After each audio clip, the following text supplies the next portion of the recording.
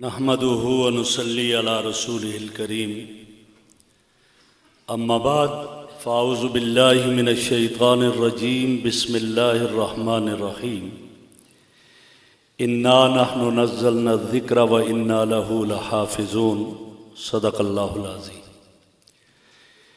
इंतहाई काबिल सद एहतराम हज़रात उलमाए किराम, मुअज़्ज़ज़ सामीन किराम, बुज़ुर्गों और अज़ीज़ दोस्तों, बरादर मुकर्रम हज़रत मौलाना नौमान हाशिर साहब को दिल की अथाह गहराइयों से मुबारकबाद पेश करता हूँ।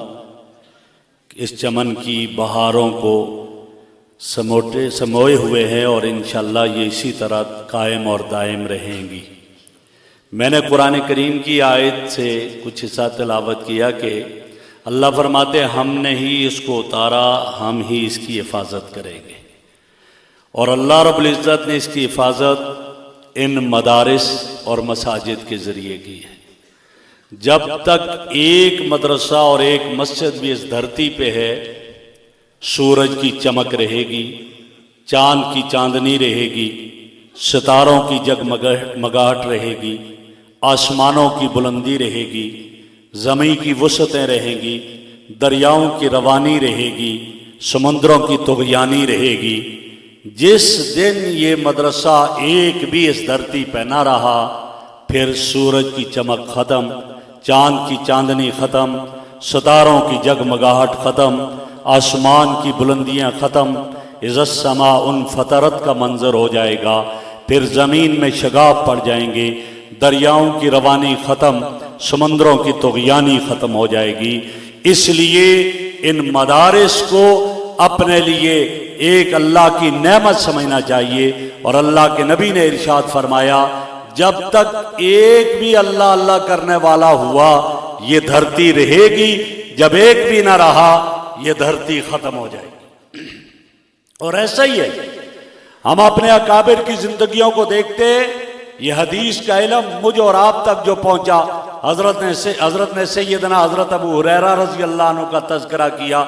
मैं एक तालिब इल्म की हदीस के उसूल का वाक़या अर्ज करना इसलिए चाहता हूँ कि अवाम भी है वो ये देखे कि किस तरह लोगों ने अहादीस को अपने सीनों में महफूज किया, कितनी कुर्बानियों के साथ महफूज किया।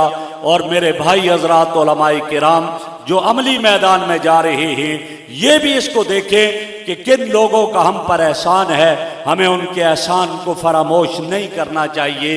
एक बहुत बड़े मुहद्दिस गुजरे हैं जिनका नाम बक़ीउद्दीन मखलद रहमहुल्लाह है, जो हदीस के इल्म के लिए उंदलस से चले और बगदाद जाने लगे कि मैं जाकर हदीस का इल्म हासिल करूं। हजरत इमाम अहमद इब्न हम्बल रहमहुल्लाह से कश्ती के सफर पे चले, समुद्री जहाज पे सवार हुए और कई हफ्ते लगे रास्तों में। कहीं रास्ते में समुद्र के तूफान आते, वो कश्ती रुक जाती, फिर चलते। जब जाकर किनारे पे उतरे तो कपड़े गर्द गुबार से अट थे, जिस्म पे गर्द गुबार था और भूख और प्यास की वजह से उनके होठों से खून बहता था। किसी से पूछा, बगदाद का सफर करना है, रास्ता बताया गया। करीब पहुंचे, पता चला अहमद इब्न हम्बल पर पाबंदी लग गई है। हाकिम वक्त उनसे नाराज हो गया। बगदाद की जामे मस्जिद में जाओ, अहमद इब्न हम्बल दर्स हदीस दिया करते थे, अब पाबंदी है, वो दर्स नहीं दे सकते। उस पर ठंडा आह भरी सांस लिया ठंडा, और ये क्या हो गया। बरल के एक होटल में ठहरे, सुबह बगदाद की जामे मस्जिद में गए। वहां पर यहया इब्न मईन रहमहुल्लाह दर्स हदीस दे रहे थे। जब उनका दर्स सुना, खड़े हुए सवाल करने के लिए। एक सवाल उनसे किया, कहा आप बताइएगा हिशाम इब्न अम्मार उनके बारे में कैसे लोग हैं। तो हजरत यहया इब्न मईन ने सर झुकाया, फिर जवाब दिया, कहा वो इतना सिक्का आदमी है, उसकी चादर के नीचे जो आ जाएगा उसकी सिकाहत पक्की हो जाएगी। फिर दूसरा सवाल करने लगे, कहा एक सवाल की इजाजत थी, आपने कर लिया, दूसरा नहीं है सवाल की इजाजत। लोगों ने कहा नहीं इजाजत। कहा मैं तो दूसरा सवाल करना चाह रहा था, ये वैसे ही किया था, बड़े मजबूर किया। कहा आप बताओ। तो उन्होंने सवाल किया यहया इब्न मईन रहमहुल्लाह से कि अहमद इब्न हम्बल के बारे में तुम्हारा ख्याल है। हाकिम वक्त जिससे नाराज है, जवाब क्या देंगे? हजरत यहया इब्न मईन रहमहुल्लाह ने सर झुकाया और फिर सर ऊपर करके कहा, वह इमामुना, वो हमारे इमाम हैं। बस ये बात हुई, चले गए। हजरत अहमद इब्न हंबल का घर तलाश करने लगे, नहीं मिला। एक आदमी से कहा, तुम्हें रब का वास्ता मुझे बताओ कहां घर है अहमद इब्न हंबल का? उसने जवाब में कहा, मैं नहीं बता सकता, वो नजर बंद है, उसके घर के बाहर पुलिस है, अगर मैं जाऊंगा मैं गिरफ्तार हो जाऊंगा। कहा, मुझे इस तरह ना बताओ, मैं तुम्हारे साथ चलूंगा, गुजरते हुए आंख का इशारा कर देना ये उसका घर है और तुम चले जाना। ये गुजरे, आंख से इशारा किया, ये अहमद इब्न हंबल का घर है।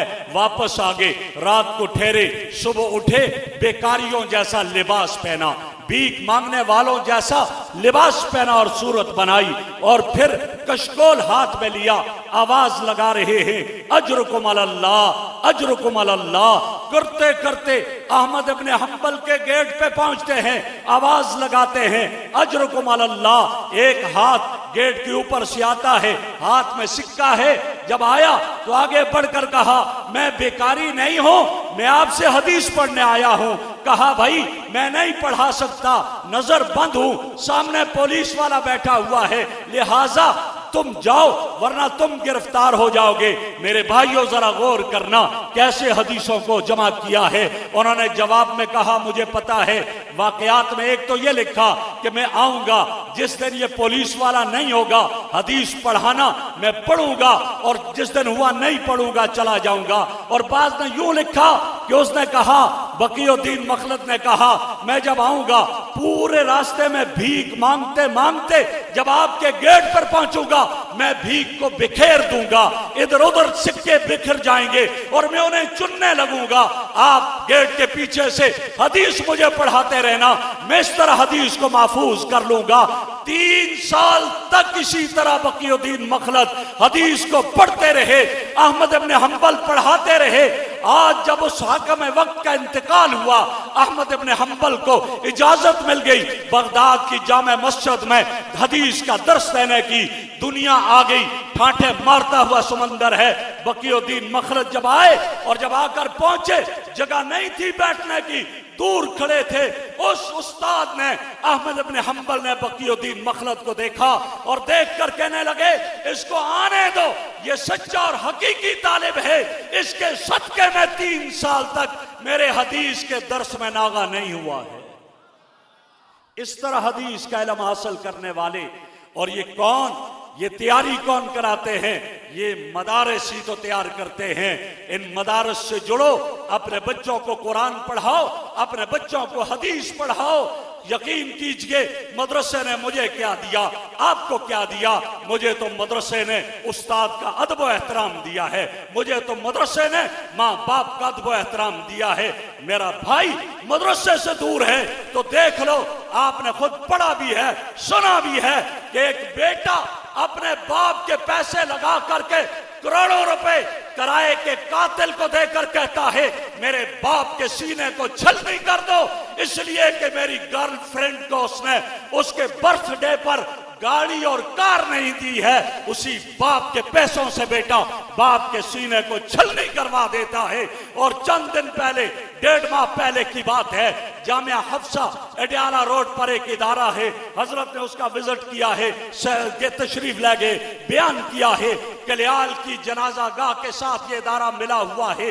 वाकया अर्ज करना चाह रहा हूं। उसके मोहतमिम से कहा गया, एक मैयत लाई है, नमाज जनाजा पढ़ाना है।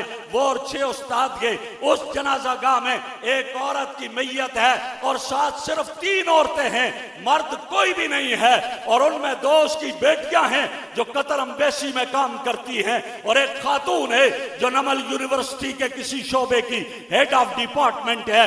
कहा, मौलाना जनाजा पढ़ाना है। जनाजा पढ़ाया। उस औरत को कब्र में उतारने के लिए कोई महरम मर्द नहीं था। जब उसको कब्र में उतारा गया, वापस आए, कहा, ये क्या माजरा? वो बच्चियां कहने लगी, हम कतर एम्बेसी में काम करती हैं, हमारे 2 भाई हैं जो कतर में जॉब करते हैं, हमारा बाप बीमार था, नहीं आए, उसका इंतकाल हुआ, इसी तरह गैरों ने दफन किया। वो नहीं आए कतर से। आज हमारी माँ फौत हुई, बीमार थी, हमने कहा नहीं आए, और आज वो दुनिया से चली गई और वो अपनी नौकरी छोड़कर नहीं आए, छुट्टी लेकर भी नहीं आए। अपने बच्चों को कुरान से दूर करोगे, मदरसों से दूर करोगे, फिर ये मंजर तुम्हारे सामने होगा, फिर इन हालात को देखोगे। वरना मदरसे से जुड़ोगे तो मदरसे ने मुझे क्या बताया, मुझे मदरसे ने बताया तेरा उस्ताद आगे चल रहा है, तू पीछे जा रहा है, धूप है, उस्ताद का साया जमीन पे पड़ रहा है, खबरदार तूने अपने उस्ताद के साए पे अपने पांव को नहीं रखना है। मुझे मेरा मदरसा ये बताता है, मुझे तो मेरे मदरसे ने ये दरस दिया। कौन है? वक्त का बादशाह हारून रशीद, खिड़की खुली हुई है, देख रहा है एक शख्स आ रहा है, इमाम अबू यूसुफ रहमतुल्लाह आ रहे हैं, पीछे दो शागिर्द हैं, मस्जिद के गेट पर पहुंचते हैं, जूते उतारते हैं, दोनों शागिर्द लपक जाते हैं, मैं जूता उठाऊंगा, एक कहता है, दूसरा कहता मैं उठाऊंगा। एक ने एक जूता उठाया, दूसरे ने दूसरा उठाया, आपस में मशवरा करके रुमाल बिछाया, जूते रुमाल में रखे, एक तरफ से एक ने पकड़ा रुमाल, दूसरी तरफ से दूसरे ने पकड़ा, अंदर ले जाकर मस्जिद के रेत में रखे। तो उस वक्त हारून और रशीद ने देखते हुए कहा, लोगों दुनिया हमें बादशाह कहती है, लेकिन हमारे जूतों के लिए कभी कोई इस तरह नहीं लड़ा जैसे इस दरवेश के जूतों के लिए लड़ता है। क्यों लड़ा है? इसलिए कि उसको पता था मेरा उस्ताद है जिसने मैंने पढ़ा है, ये मेरे लिए जन्नत का रास्ता मुझे बता रहा है। तो पता चला मदरसों से जुड़ोगे, मस्जिद से जुड़ोगे, इज्जतें पाओगे, अजमतें पाओगे, माँ बाप की भी जो है कब्र में जाएंगे, ये इधर कुरान पढ़कर उनके लिए दुआएं करेंगे, कब्र ठंडी होगी, इसी तरह रब की रहमतों का नज़ूल होगा। तो जरूरत इस बात की है अपने आप को मदारिस और मसाजिद से जोड़ो ताकि कल पछताना ना पड़े। यही तो मुझे सिलेबस बताते हैं, जन्नत तेरी माँ के कदमों के नीचे है। यही तो मुझे ये सिलेबस बताते हैं कि तुझ पे बाप राजी है तो रब भी राजी है, बाप नाराज है तो रब नाराज है। यही तो मुझे ये सिलेबस बताते हैं कि अगर माँ बाप के चेहरे को मोहब्बत की निगाह से देख, मकबूल हज और उम्रे का सवाब मिलेगा। सहाबा पूछते हैं अगर दिन में 100 मरतबा देखे, फरमाया 100 का सवाब मिलेगा। जब ये मैं पढ़ूंगा फिर मुझे पता चलेगा कि हाँ मेरे बाप की क्या कदर है, मेरी माँ की क्या कदर है। फिर वो बेटा कभी भी नहीं कहेगा मेरी माँ को दफन कर दो, बाप को दफन कर दो, मैं नहीं आ सकता हूँ। इसलिए मेरे भाइयों, इन मदारस को गनीमत समझो, रब का एहसान समझो, इनसे मोहब्बत करो, प्यार करो, इनके साथ ताल्लुक जोड़ो ताकि तुम्हारी आखिरत संवर जाए। मैं आखिर में फिर हजरत मौलाना नौमान हाशिर साहब और इनके तमाम हजरात उलमाए किराम को दिल की अथाह गहराइयों से मुबारकबाद पेश करता हूँ कि यहाँ से जो हक व सदाकत की सदाएं बुलंद हो रही हैं, अल्लाह इनको इसी तरह कायम और दायम रखे। व आखिर दावाना अनिल हम्दुलिल्लाहि रब्बिल आलमीन।